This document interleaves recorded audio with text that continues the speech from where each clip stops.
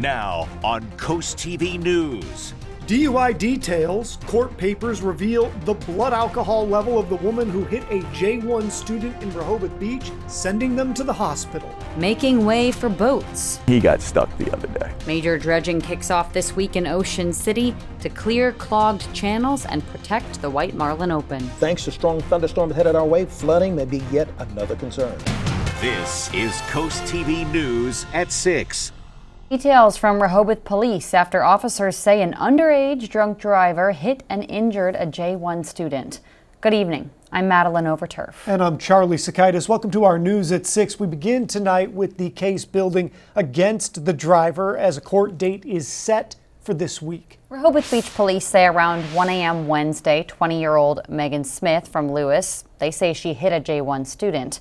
CoastTV News reporter Brandon Ferguson live there in Rehoboth Beach. And Brandon, we do know now that the J1 visa student who was hit is out of the hospital. Maddie, according to court documents, both Megan Smith and the J1 visa student were heading the same way right here on Rehoboth Avenue. The police report claims Smith was 2 times over the legal limit, and officers on scene said they found multiple alcoholic drinks in Smith's car at the time of the crash. According to documents, the 20-year-old driver told first responders she had been drinking at the Purple Parrot earlier in the night and had used a fake ID. Her charge for that is a felony forgery charge.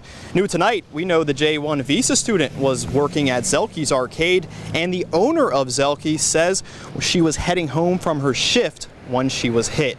Her co-workers also created a GoFundMe to raise money for her hospital expenses, which has reached over $6,000.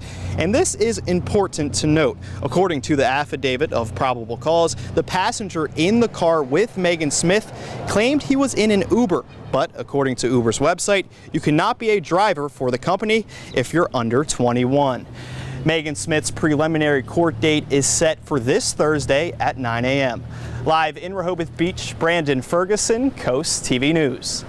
For our viewers who aren't familiar, let's explain what a J1 student is if you keep hearing that term and you're not familiar. A J1 is a non-immigrant visa that allows people to come to the U.S. for educational and cultural exchange. Locally, many J1 workers are young students who work seasonal jobs at the beaches like arcades, amusement parks, boardwalk shops. In their GoFundMe for that hit student, Zelke's said fundraising was important because the student was far from home and had unexpected expenses now due to this accident. We have much more on the case, including the full list of charges right now on CoastTV.com. We are now 3 days out after a swimmer went missing in Rehoboth Beach. It was Sunday morning after 11 that the search was suspended. The Rehoboth Beach Police Department was called to the beach Saturday night near Olive Avenue for a report of a missing swimmer. Both state police helicopters and the Coast Guard were involved in the search.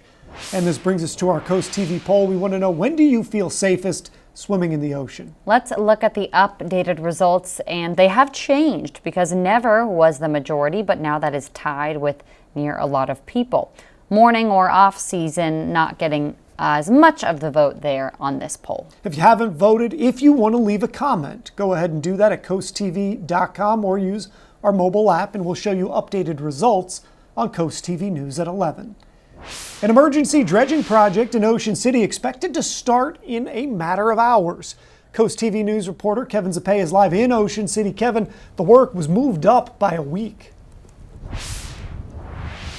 Charlie, right behind me is the area the Army Corps of Engineers plan to dredge, and the boat that'll get the job done is on its way. Now on Tuesday, the Merit will begin dredging the bay near West Ocean City and the inlet. They plan to remove about 7,500 cubic yards of material. While some people are excited for the project to begin, some boaters we spoke with off camera are skeptical, saying the sand will just fill back in or that the project isn't needed at all. But one boater disagrees, saying the sand has built up so much that even experienced boaters are getting stuck. My neighbor down here has been a monster on the water for at least 15 years. And he got stuck the other day. First time ever. Now, the dredging project is scheduled to start on Tuesday, and they'll be doing 12-hour shifts during the day to get the job done. I'm Kevin Zappé, live in West Ocean City, Coast TV News. Caution, active construction zone. Do not enter. That is a sign found right now on the south end of the Indian River Inlet. That's because DENREC is testing equipment they say will help restore and protect our beaches. Coast TV News reporter Zakia Jennings shows us how this testing works. At Delaware Seashore State Park, the Department of Natural Resources and Environmental Control is getting ready to move some sand. According to DENREC, this sand bypass process will allow them to move sand from the south end of the inlet bridge all the way to the north end and right out this pipe onto the beach. But while that's happening, DENREC advises that people steer clear of the area, and in the busy season, that doesn't sit right with some beachgoers like Christian Sanchez. I think it's good they're doing it. This beach has had a little bit of issues with erosion the past couple years, but probably should have waited for another time than summer. A spokeswoman for DENREC says they are testing important equipment to, quote, restore and protect our beaches. Takaro Sample says she's seen this play before and isn't sure it really works. I don't think sand is the answer. We just had a bunch of sand put last year. It's just going to do the same, wasting money. Got to figure out a different plan for it. But that's not entirely true. What was done last year is not what is being done this year. According to DENREC, these pumps have been offline for 3 to 4 years while undergoing a conversion from diesel to electric power. DENREC says this testing is important because, quote, moving sand this way is necessary for maintaining a healthy beach and protecting infrastructure from erosion, especially after storms.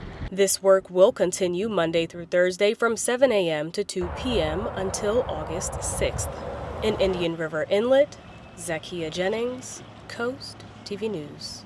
As we take a live look now outside into Ocean View, we'll turn it over to our First Alert Chief Meteorologist, Paul Williams, with a look at our forecast. Good evening, Paul. Good evening to you, Maddie. And overall, we're seeing the eventual bulking up of the cloud cover, setting the stage for a good slice of rain that's going to be moving in a general direction. Now, we're in Laurel right now at 85 degrees with a good deal of mid to upper level cloud cover that's pushing throughout the area. Winds are right now primarily pushing out of the southeast, a little meager 3 miles per hour. Now, we anticipate thunderstorms to fire off around the Laurel area right around the 10 o'clock hour. So we're looking for some scattered showers to hit a little bit later in the evening, and that's better. We'll avoid the lion's share of potential bad weather because of the late arrival. That'll help. Won't totally negate the possibility, but that will at least help.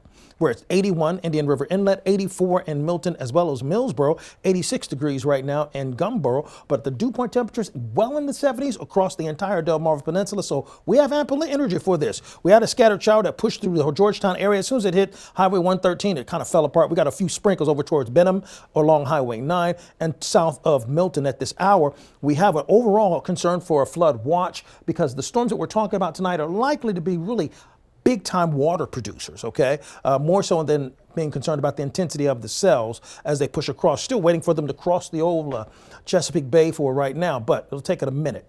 Here's a look at our evening planner. We're watching out for some scattered showers and thunderstorms to kick off, particularly right around the midnight hour, generally speaking for everyone, with temperatures still staying well into the 70s during that time period. Now, coming up, we'll talk more about your full forecast. Till then, back to you, Maddie. Thank you, Paul. Delaware State Police have identified 71-year-old Peter Surdo as the man who died in a 4-car deadly accident July 11th. That shut down southbound Route 1 near Argos Corner for hours on Friday. State Police say the investigation is ongoing. A new fund has been created at the Greater Lewis Foundation for the restoration of the 4th Street Preserve. This comes after $8 million was raised to buy the last open space in Lewis. This new fund will help pay for plans to build natural paths and more for the space, which will remain largely as is. We have a lot more news to get to this evening. The Maryland Little League softball champion was crowned this weekend. Stick around to find out where they go next. And a real flooding threat is on our immediate forecast horizon with up to 3 inches of rain possible in parts of the Delmarva Peninsula. But first, an immigration bill in Delaware now law. Why it's splitting opinions. When we're back in just 60 seconds.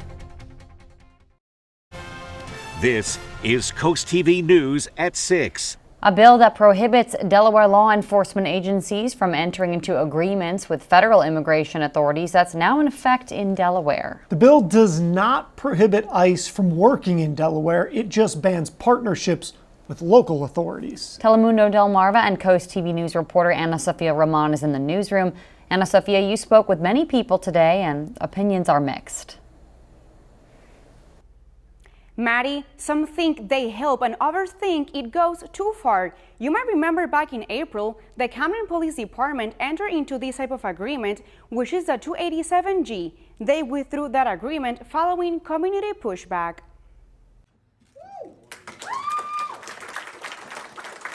The moment Delaware Governor Matt Meyer signed House Bill 182 into law. For Candy Sebastian Gonzalez, whose family is from Guatemala, this recent move from Delaware's top Democrat is about bringing peace to the immigrant community. I think it will be so relieving knowing that police officers can't act as an ICE agent, and people will be more calm going outdoors knowing that they can't do the same things as ICE will to them and have more, trust in the local police officers. Not everyone supports the move. Some, like Larry Mayo, say this bill strips police of power. To be here illegally is a federal crime. So ICE has law enforcement authority over that crime. And for the states to try to circumvent that it's stupid. A step many say is toward rebuilding trust between the community and local authorities. According to the ACLU of Delaware, the first state joins other states like New Jersey, Connecticut, and Illinois in banning this type of agreement. Back to you. Here's a look at your golf forecast. Listen, we are expecting for it to stay a bit on the steamy side. Fair conditions for the most part, but watching out for a chance of a spot shower mainly in the afternoon hours. Highs in the upper 80s.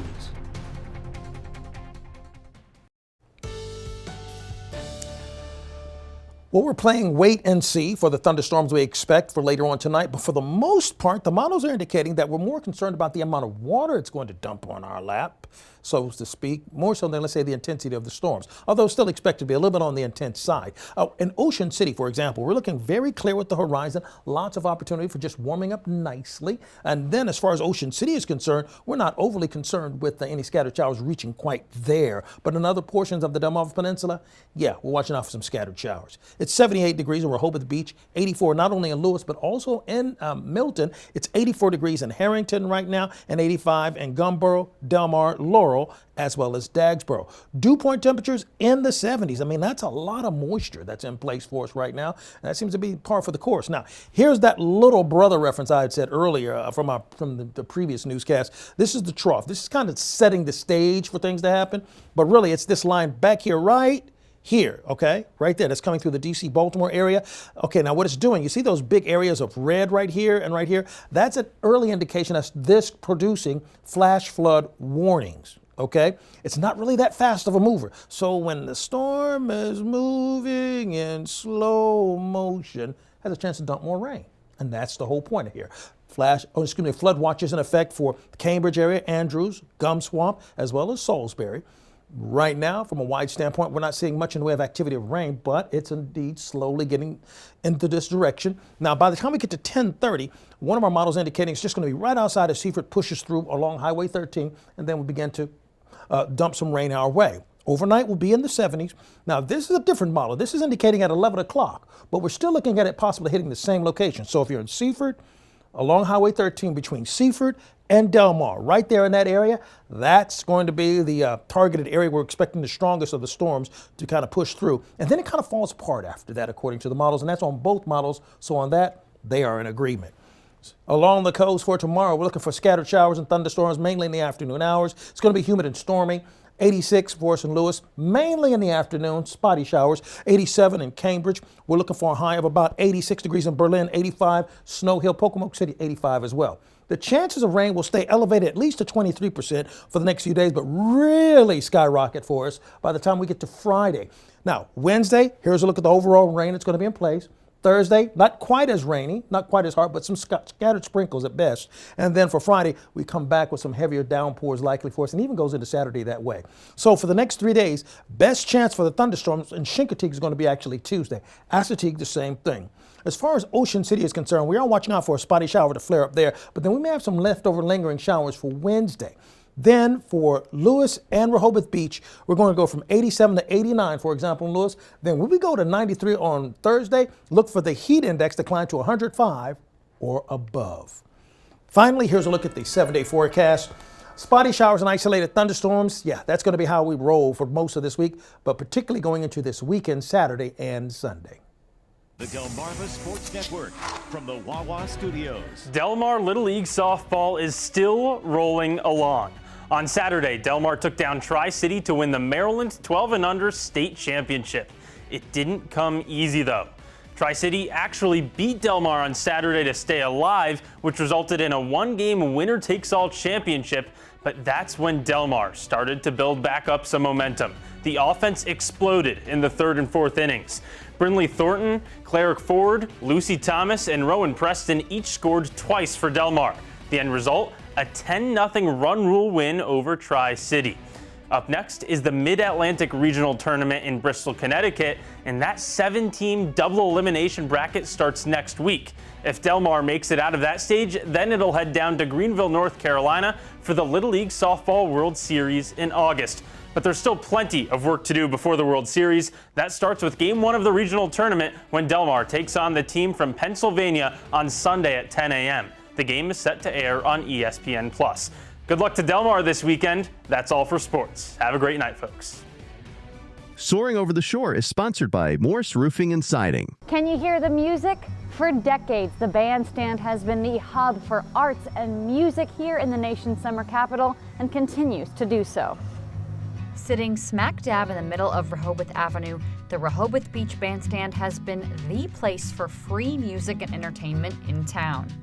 Each year, over 40 bands bring beautiful melodies to this open-air concert venue, with the salt air from the nearby Atlantic Ocean just adding to the ambiance.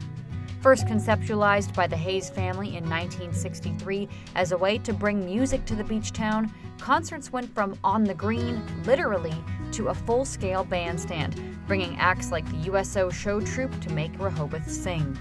An iconic sight for those who frequent the town year-round, and an iconic sound as summer sweetly sinks in.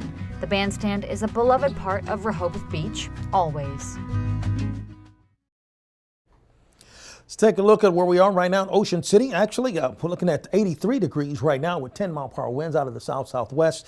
We'll drop down to 78 degrees by 10 o'clock. A flood watch is in effect around the Salisbury area as well as reaching over towards Cambridge. Now, that stays in effect until tomorrow morning. Now, here's what's happening right now. We're seeing some thunderstorms rumble across the Chesapeake Bay, and it's causing some marine warning, which is basically a thunderstorm warning over the water, but another reinforcing line that we really have to watch out for comes behind it. Lori Palmer of Seaford, congratulations, you're our umbrella giveaway winner. You're going to need it this week too, by the way. You can call in your forecast and get your information. All you have to do is just call our weather line, sponsored by the law offices of Bruckstead, Mendalis, and Federico. And finally, here's a look at your exclusive 10-day forecast.